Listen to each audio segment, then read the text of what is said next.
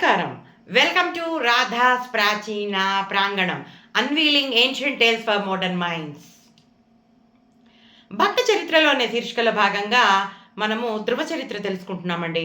పోయిన 3 ఎపిసోడ్ల నుంచి కూడా స్వయంభూ మనువు అంటే ఎవరు, అలాగే మన్వంతరాలు ఎన్నున్నాయి, ఒక మన్వంతరంలో ఎన్ని యుగాలు ఉన్నాయి, ఎన్ని సంవత్సరాలు ఉన్నాయి, అలాగే ధ్రువుడు తన పిన తల్లి చేతిలో ఎలా అవమానింపబడ్డాడు, ఈ విషయాలన్నీ మనం తెలుసుకున్నాం.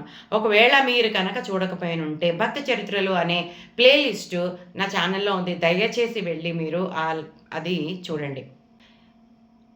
పినతల్లి అవమానం చేసిన తర్వాత ధ్రువుడు ఏడ్చుకుంటూ బిగ్గరగా తల్లి దగ్గరికి వెళ్తాడు, జరిగిందంతా చెప్తాడు. తల్లి కూడా చాలా దుఃఖిస్తుంది, బాధపడుతుంది.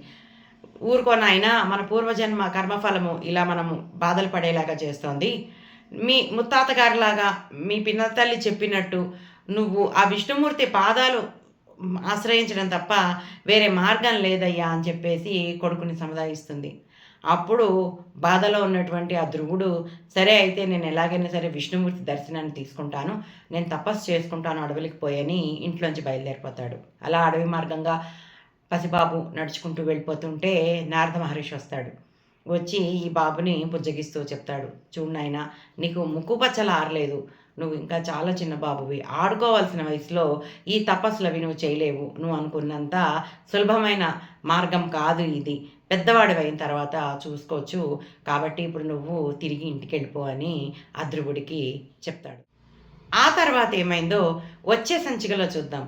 అంతవరకు సెలవు.